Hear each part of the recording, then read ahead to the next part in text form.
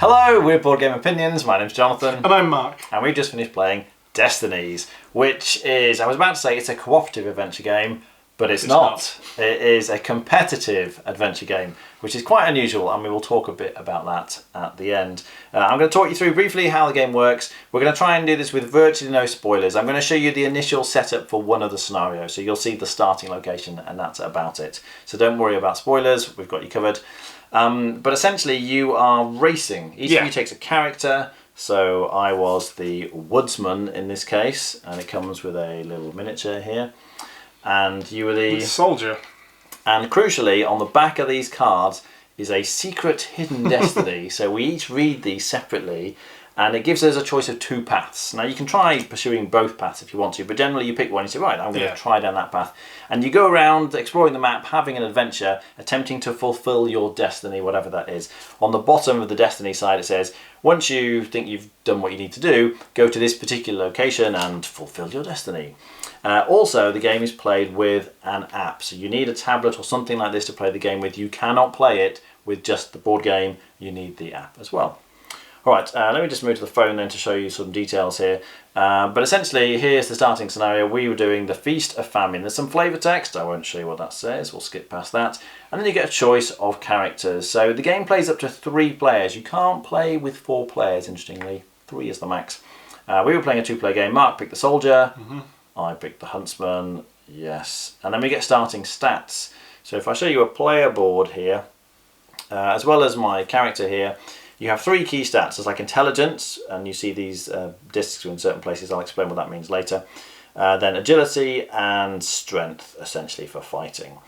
We also start with an item. So I think it said Mark got the sword as his starting item, which has some kind of ability on the bottom. In a strength test, instead of rolling dice, you can just pretend you got 10 as your total, which will be helpful. You'll understand that a bit later.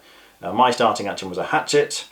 I can get 2 successes, that's what that means, in a particular strength test. You're rolling dice typically to try and get successes in tests. You do that quite a lot. I'll show you how tests work a bit later. So you set up your initial doodahs, your tokens, in the appropriate stat lines. Get your starting items, and then you're off. So, woodsman, starting stuff. Is everyone ready? Yes. Yes. That just says that you're saving the game. And then we set up the map. So it says, take this particular tile. You've got a big stack, you see, of all the different tiles used in the game. And we take the first one and we stick it out and we put our miniatures on it. And it tells you how to populate it. So there's some flavour text at the bottom. This is a town that we are starting in. And take the blacksmith and stick him in the Blacksmith Workshop. So you can see the miniature here. This is the blacksmith. Just for scale, this is my thumb. They're not terribly big, these miniatures. Just to show you the rest of the ones that come in the box. Most of them are this kind of small size like this. There is one ridiculously big in comparison. Monster like this. Haven't got to him yet in the scenarios. And there's a few kind of medium-sized ones, but most of them are fairly small, I will say. So we set up the blacksmith in his location, and then there is a bakery here. So this is a point of interest. So on your turn, you could either go to the blacksmith, or you can go to the bakery and kind of do what that says. But essentially those are things that you can interact with on the tile. Then there are some other tiles nearby, and these are face down, so you have a vague idea of what this is, but when you go there, you sort of flip it over and you get more details. So this just says the town centre lies that way, so you can see more of the town down there. So then you can go to the east is one option, or you can go to the west as another option, and that's it. Soldier, your turn. So on your turn, you see it says refresh an effort die. You have 2 main dice, which are the white dice. You use those in every test. But then at the start of every turn, you get one of these purple effort dice, and you can use those or not on each time you do a test. But if you spend an effort die, you kind of lose it. Whereas the main dice, the white dice, you always get to roll those. So Mark can then decide what to do. And what would you like to do, Mark? Well, I think I will visit the Blacksmith Workshop. He seemed interesting, so I don't really have to move miniature, but for... You can move up to 2 spaces to other tiles, and if you go onto an unexplored tile, you reveal it, and then you take an action. Or you can just do an action on the tile where you are. So I think Mark's going to visit the Blacksmith Workshop. You tap it in the app. Yes? Yes, I will. Workshop. And this gives you like some items that he potentially sells. So you can trade here. The items you'll see at the top right have a monetary value. You can buy or sell them for that amount, and currency is something you can find in the game. So trading is one thing you can do with the blacksmiths. There's some flavour text as well, or you could offer to help him with his work. So that's a test. Yes. And you can see because the symbol here matches the fighting test, it's going to involve this stat line here. So I think if we demonstrate this, so Mark decides to help him with his work. So Mark rolls his 2 main dice. I think I will go with my effort dice as well. Okay, and he rolls his effort dice, and he gets a total of 7. 1 plus 3 plus another 3 makes 7. So he looks at his stat line, and essentially you see the numbers along the top here. Whatever the total is, you take that point, and that any discs on that point or lower count. So that's 1, 2 successes, and you would type sort of 2 here in the app and hit confirm. Now we're not going to do this because we don't want to give away too much really, but essentially something will happen as a result. You know, maybe the blacksmith finds your work really helpful and gives you some money, or gives you an item, or maybe your help was useless and you don't get anything. It's possible when you do certain tests that your stats can increase or possibly decrease, and that's quite an important point in the game. Something that's going to happen a lot when you do tests and succeed at least is you're going to get XP. This is the common currency in the game, and when you spend XP you can move these little discs. So for example, Mark got 7 there and was able to get 2 successes, but if you spend your XP and you're able to move these down, if I get it into this situation, now in the future if I get a total of 7, I would get 1, 2, 3 successes. So you're kind of leveling up, if you like, increasing your abilities by moving these discs to the left by spending the XP. But sometimes certain tests will actually cause the discs to move to the right as you fail at something. So we will cancel that for now. Other things you could do are, you see there's lots of QR codes on things. Like there's a QR code on the hatchet, you've got some on your character. So if we ask the blacksmith about an item, Mark, do you want to scan? Look at this. So he's going to scan the sword just to show you how this works. So he puts it over. Oh, then I've got to have my hands in over the camera, which is always the. So we can see that's there. Hopefully, if I hold that, this should help you in any fight. Okay, so that wasn't very helpful. No. But you get the idea. Sometimes scanning items can be quite useful. So, and you can see there's a selection of things, and you can keep doing things until you run out of things to do, or you decide, that's it, I'm going to end my turn, and you hit the end turn, and then it's the next player's go. So, here's the woodsman. Refresh an effort die, so I get one of these back, and then you take a turn. So, more or less that's it. You just keep taking in turns, doing actions on the tiles, rolling your dice to get to pass the tests, increasing your stats, gaining items, and trying to fulfill your destiny. The 2 QR codes on here are because you can choose to go one route or another, and at a certain point, when it says go here to fulfill your destiny, you kind of scan the appropriate sides, like this, I want to fulfill this destiny rather than this other one, and then you go into a kind of final showdown essentially. You have a few tests to complete in the final showdown. So it doesn't mean you've won immediately once you get to that point, but it does mean everyone else knows, like the clock is ticking. This person is probably going to succeed within a few turns. You need to get a move on if you're going to try and beat them. So yeah, what do we think? It's interesting. I guess starting from the start, the narrative's decent. It's not amazing. It's not awful. It's kind of I think it's run of the mill decent. It's by no means bad. It doesn't. I wouldn't say it evokes a world or in that sort of thing. It's all quite small snippets rather than a larger story. But I guess by the nature of it, I guess that's how it's meant to be. The setting is like a medieval town in quite a few of the scenarios. That's your starting thing at least. So it doesn't feel, it's not like epic fantasy or anything like that. In terms of going on an adventure, it's like you're going back into the sort of 1200s and you're wandering around the village. It's that kind of feel. Yeah, I mean, what I've played on so far, it had some fantastical elements, but it's relatively down to earth. It's not out there. It's all right. So magic exists, doesn't it? But it's not a big part of the story necessarily. No, I mean, sometimes you're just helping people, whatever, in normal things that people would get in. That's like somebody's got an ill or whatever, and stuff like that. The setup's really quick. Yeah. That's great, and the rules teach is incredibly quick. Yeah. It's pretty simple because a lot of the the more complicated things are taken through in the app. You're just like, you're taking this test, you're doing this thing. I think that balance it's simple because also the depth that goes with that's more shallow than other things. Like I'm trying to think, Tainted Grail would be the obvious first thing I'm gonna, and the depth of that is much deeper. Yeah. And therefore it's got a longer setup, a lot more overhead in both rules and things to deal with at any one point. This is something you can pick up easy and play quite non-stressed. It's a light adventure game, isn't it? So yeah, they're definitely pros. I think the miniature size is awful. I'm sorry. I believe there are origin reasons for that, but yeah, they don't help. They don't help speed or anything like that. Like, and they don't evoke that. This doesn't evoke a blacksmith. It evokes a small piece of plastic on a table that could be from a distance. I struggle to tell the difference. It's like, is this my character? Oh no, that's the blacksmith. Is this my character? They are too small. I think the XP system is fantastic. Yeah. It's XP and like test taking. It's really easy to understand what you're doing. It's really easy to understand you're making yourself better as these move to the left. You're either offering, you can go for, do I want more guaranteed successes early on, or do I want a better chance of getting a range? So for instance, moving this to there and this to there, so I'm moving the lower ones left means I'm almost certainly going to get 1 or 2 successes. But if I start moving these ones down, but left them they are, I'm now like, well, I might get 3 successes, but I'm not really guaranteeing 1 anymore. That's really good. The Destinies thing's all right.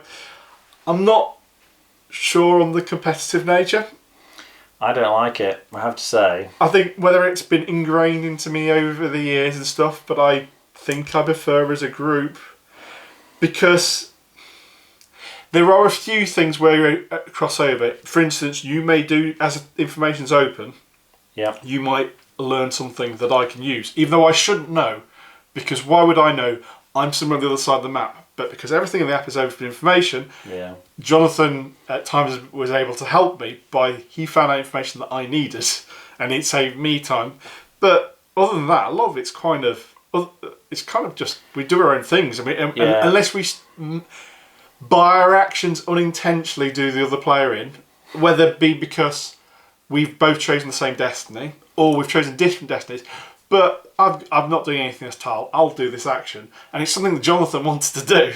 And he's like, well, you've just taken one of my opportunities in my destiny, unbeknownst. And it's like, that's almost unfair.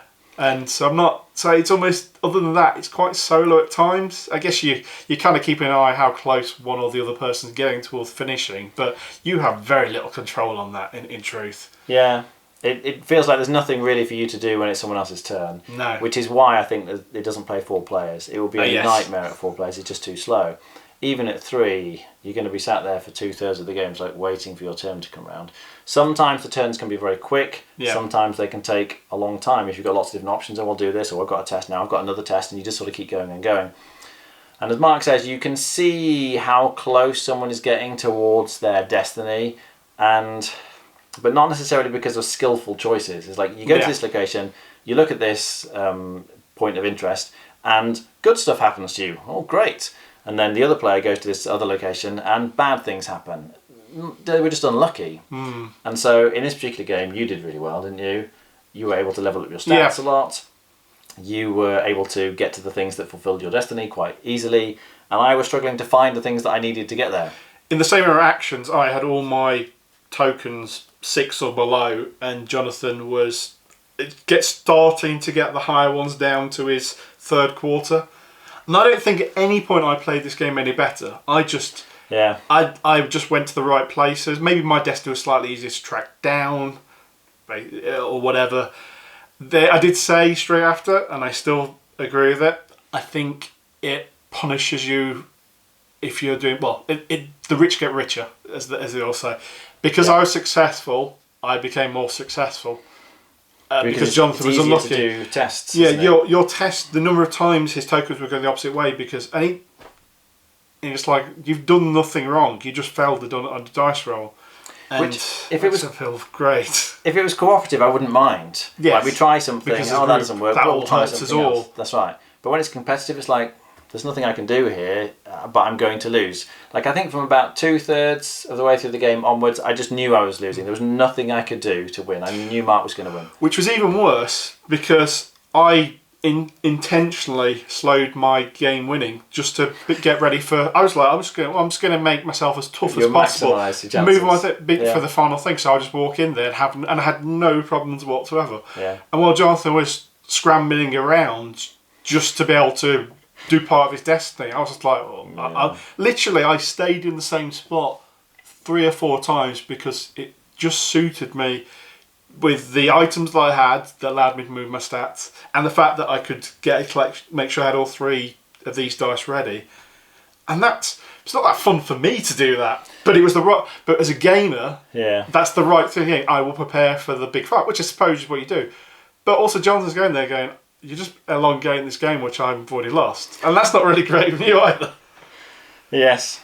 The app, I should say, is great. It does its job really well. As Mark says, the mechanics are very streamlined, placing out the cards and exploring things. All of that is really smooth. It works really well. So they've done a great job with the app. Some of the text is narrated. There's decent music as well, which plays if you want it while that's going on. There's a huge stack. This is just half the stack of items. So these are all different item cards, like the hatchet or the sword. There's a large variety in items and locations. There's a huge stack of locations. So in terms of stuff to do, that all works really well, if only it wasn't competitive. Now there's a solo option where you can just play it by yourself, either just to see what the story is, but then you can't really lose. I mean, you can't die in this game, you don't have health, so you're guaranteed to just wander through all the different locations, getting everything and seeing what happens. Or you can play a kind of challenge mode, but it's really, really hard. So you're going to struggle to get through that, and it's one of these where it's like, right, to win this game, having played the scenario several times now, I need to go here, get this item, then go here, then speak to this person, and if you do the right thing in the right order before the time runs out, you win, kind of thing. And it's, some people will enjoy that. I would not be really interested in that. It's like an optimization game, which I get, but an optimization game with dice. So you just ultimately try to optimize, and then you get a couple of bad rolls, and you're like, well, I might as well restart. I would struggle with that in any of those games. I struggled with it in Seventh Continent. As much as I thought the game was fantastic, I hated failing in it because I didn't need to see that island for the 8th time. It just wasn't that interesting. I always think of them like a story to some extent, and I don't reread the same pages, like chapter of a book, 3 times in a row. I want to go to the next chapter because it's the newness that's interesting. Yeah. And so, I mean, that might be a personal thing. Some people will be fine, they'll like an optimization, and that's fine. But I will almost always play something like this for the story or for what I'm doing. Yeah. Not for the game. And the game, like, the large parts of this game that are very good, that we already discussed. But there isn't enough there in depth to make me want to do it again and again. In fact, I'm not sure how many. I would play it again if somebody suggested it, but I'm not ever. There's not enough to make me go, oh, I really want to pick it up a second time, even. Because it feels like ultimately a bit of a pick up to every game with fighting. I just kind of go to point A to point B and I'm based almost like any. I don't know, what you're thinking, like an MMORPG. I've basically got to go somewhere, do something a certain amount of times, then go back somewhere else, do something. And that's a good comparison, actually. And it's like, it's not a grind to do it because I don't have to kill 20 birds or something like that, which you do in an MMORPG because they've got to pad it out. But in this, I go from A to B, I do something at B, eventually succeed, then I go back to A again, turning this quest, and then I repeat. And yes, you're exploring the board. And I'm sure they can phrase these quests in multiple different ways, but fundamentally I'm still doing that in any situation. I'm either... And the story's good, but without that depth, I'm not sure the streamlining for me pays off against the depth. I think it will for some people. I think this again comes from my tastes, but my taste will say that I would prefer there to be more there. I think some people are going to like this, but you need to know it's very light, but very smooth, but also it's competitive. And whether you're happy with the competitive element, I think you will know but it's a really big deal. It makes a huge difference compared with a cooperative game like The Seventh Continent or Tainted Grail or something like that. We did a Kickstarter thing recently. Soul Raiders. Which is of similar weight. I like the XP system is better, but I thought that was as an adventure game. This sort of weight better. Yeah. It was light, smooth, but it was consistently fun. But a much better adventure game, really. Well, I managed to do things in this not fun because they were ultimately better from a gaming perspective for me, rather than from a fun perspective. Yeah, indeed. Yeah. Final rating? I think I'm going to give it. A lot of people don't like this. I'm probably going to give it somewhere around a 5.5, 6, and that's just because I've played it and I don't feel like the need to play it again. I think for some people, I think they'll give it like an 8+, because I think they'll like the app integration, they'll like the level of the feeling, because it does feel like a video game at times. Yeah, and that's good. But for me, that isn't something I look for in it. I think 5.5's a bit harsh actually, but it is more of a 6 for me. I'm never going to ask to play it. It's a fine game. It's just not a game for me. Elements of this, I think, would be hitting an 8, like the XP system, leveling up. The app, as I say, has done really well. But in terms of me wanting to play the game, I'm definitely on a 6. I just, as Mark says, I'd play it if other people are like, yeah, this is great, let's play this. We're like, yeah, okay, sure. But I'd never ask to play it. I'm quite happy not really playing it again. In terms of adventure games, there's a lot of other adventure games I'd rather play over this one. And because you do them so quickly, and because ultimately, if you've played the scenario, you really do know the scenario. Yeah. Because it's a race. Yeah. Your advantage is so high, so you can't play with it again, being light, you can't push it in front. I know that's the argument's going to be that's the case of a lot of adventure games once you know the story. But this is a competitive one, and so people are going to want to compete, and you can't compete with somebody who knows the 3 locations they need to go to. Yeah, indeed. Yeah. So you have to play it with the same group, really, if you're going to play scenarios, so that you're all playing it for the first time. Yeah. But yeah. All right, well, anyway, that's our thoughts. Do let us know in the comments what you think if you've had a chance to play this yet. Thanks very much for watching. We will see you next time. Goodbye. Bye.